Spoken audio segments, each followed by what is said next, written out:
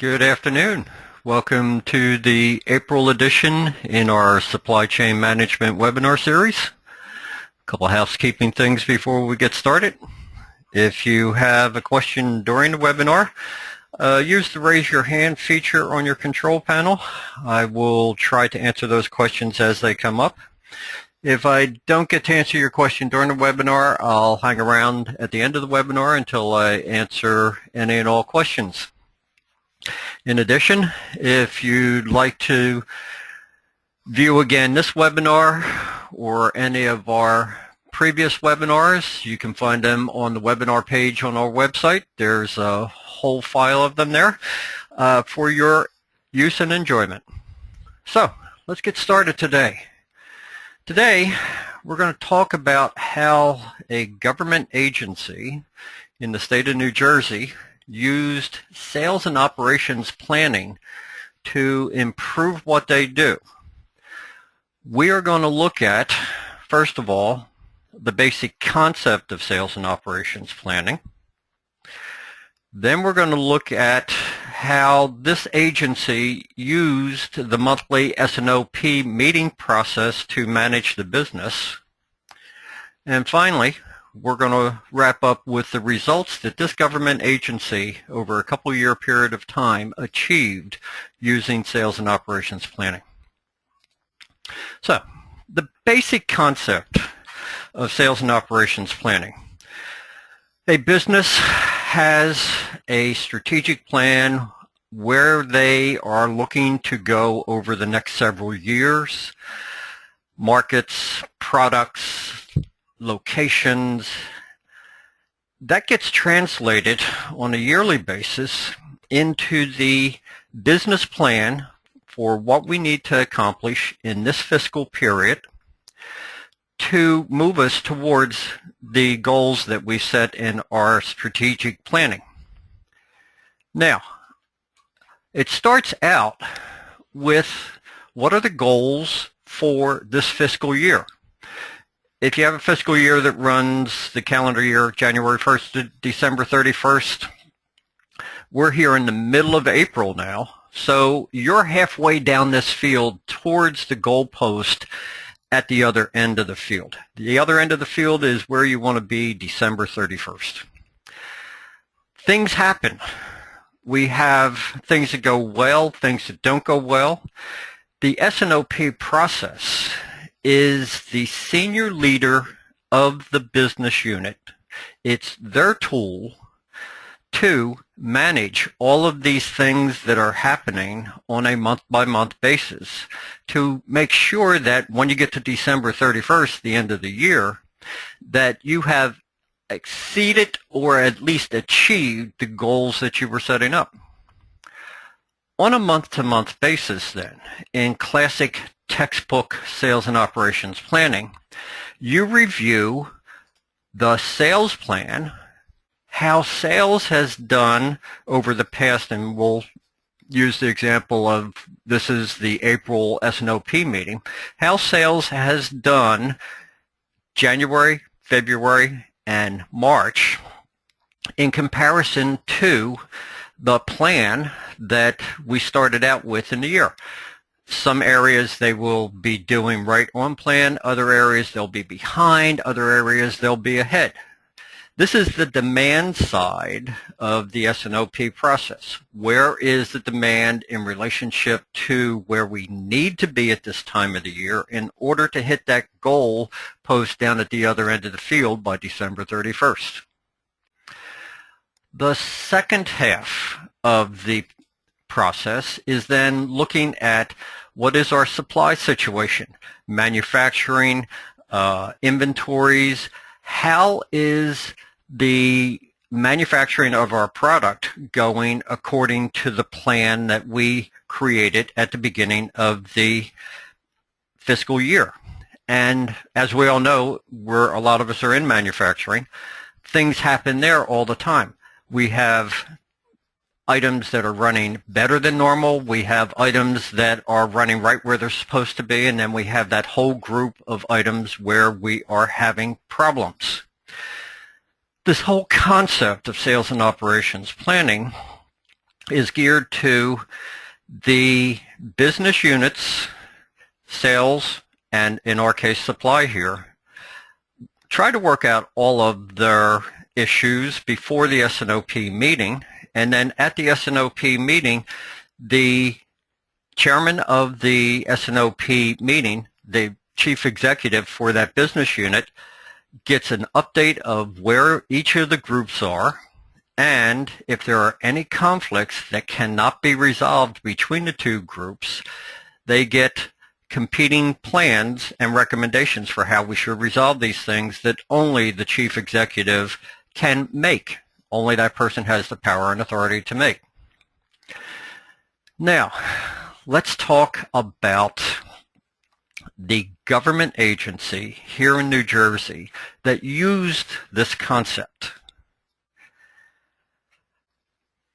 It is the state of New Jersey Department of Corrections State Use Industries. State Use Industries is where they manufacture license plates, as this slide shows. This is the prison manufacturing system that used sales and operations planning to try to improve what they were doing. Now, anytime we talk about a government agency, whether it be local, state, federal, first thing that comes to most of our minds is wasteful, inefficient, working in the last century, focused on anything but customer service and managing their inventories. Len Black, who in the late 90s and early part of this century was the head of the Department of Corrections State Use Industries, embraced the concept of sales and operations planning. Len is an old friend of mine. He's a CPIM. He's retired now. But he understood the concepts and was the person that led the charge to implement sales and operations planning at Department of Corrections State Use Industry. And that, as Paul Harvey used to say, is the rest of the story. So we've looked at the basic concepts. Now let's take a look at what Len did every month with his business units.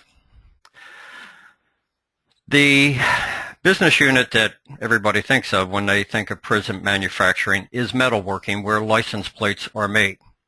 That is one of the 5 business units that actually exist in the Department of Corrections here in the state of New Jersey. Not only do they make license plates, but every piece of furniture in the prisons, and it's all metal furniture, metal bunks, metal tables, metal chairs, is made in the metalworking group at DEPCOR in New Jersey. The next group is clothing. If you've driven down one of the interstate highways and seen some of the inmates out there in New Jersey doing cleanup crews, they're all in orange. All of the clothing that you saw is made in the prison industries here in the state of New Jersey. In addition to the clothing, there is a business unit that makes shoes. All the shoes, all the inmates, state of New Jersey, made by inmates. And then there is baked goods.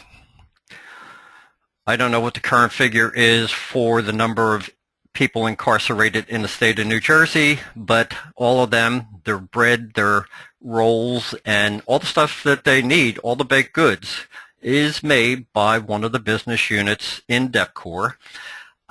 Prisoners making, as in this example here, bread. And the last of the business units, excuse me, stationery. The sample here is a voter registration application for the state of New Jersey. That's made by inmates in that business unit. Plus every other document that has state of New Jersey seal on it is made by these inmates. Now the way the process worked, The prisons are spread all throughout the state of New Jersey from the northernmost point all the way down to Cape May County at the southernmost point.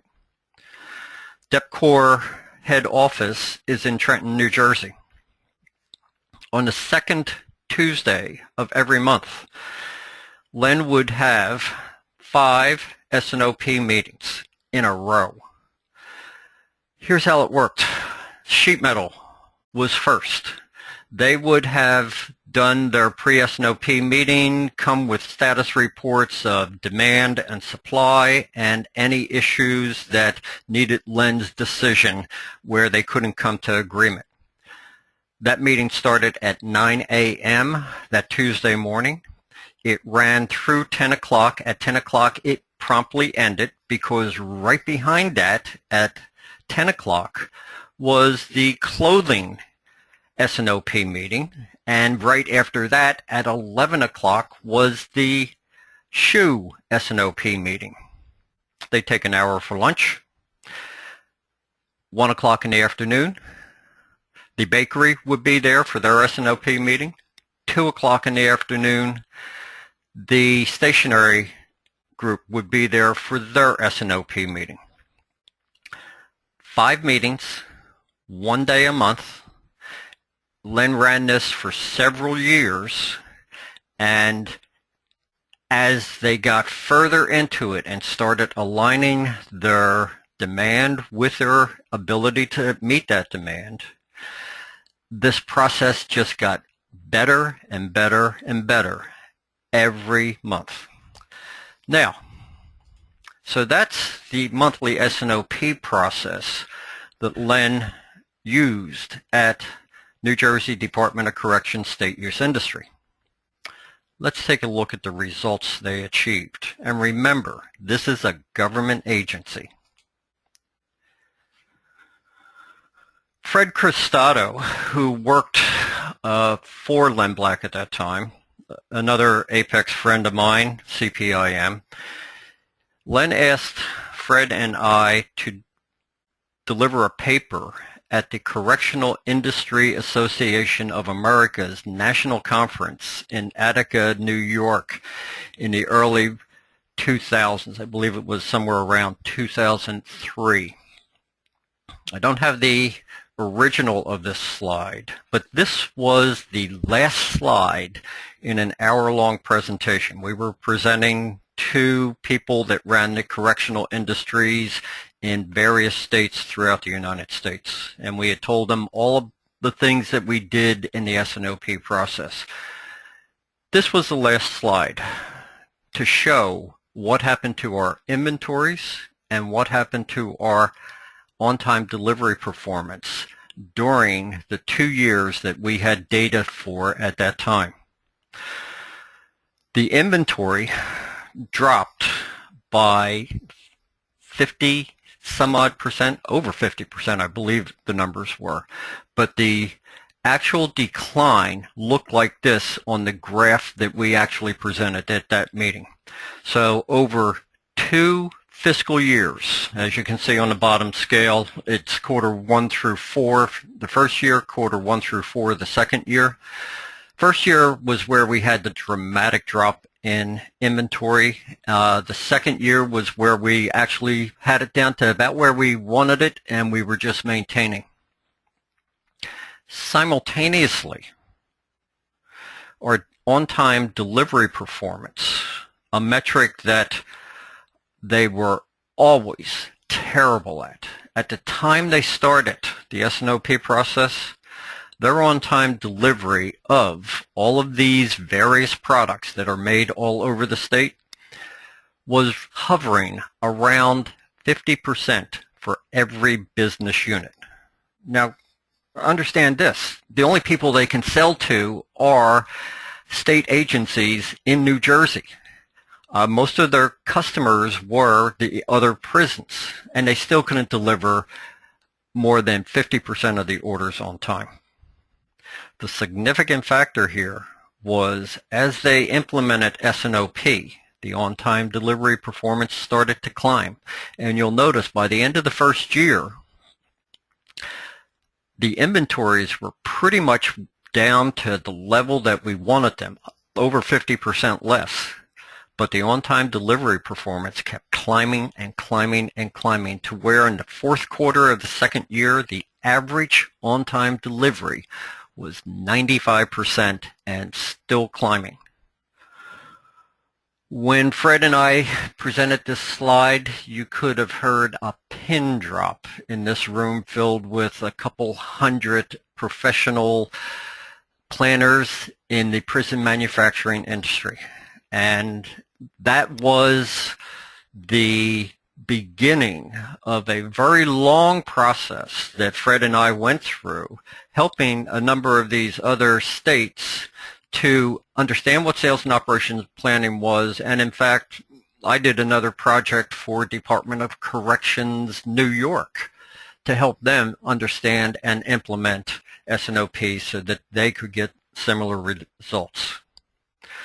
The point of this whole story is this: if a government agency in the state of New Jersey that is known for being not very efficient, not very customer service oriented, if they could have results like this, then think of what your business can do. Again, they took a standard concept, S&OP. They implemented it over a several-year period of time, led by a senior leader that was adamant that this was the way they were going to run the business. And the results that they achieved, and they went on for a number of years, allowed them to reduce the inventory, saving taxpayers money, and increase the on-time delivery of their product from 50% to 95%. So that's it for this month, folks. If there are any questions, I will hang around. If not, I thank you all for coming. And next month, we're going to be talking about customer-focused manufacturing.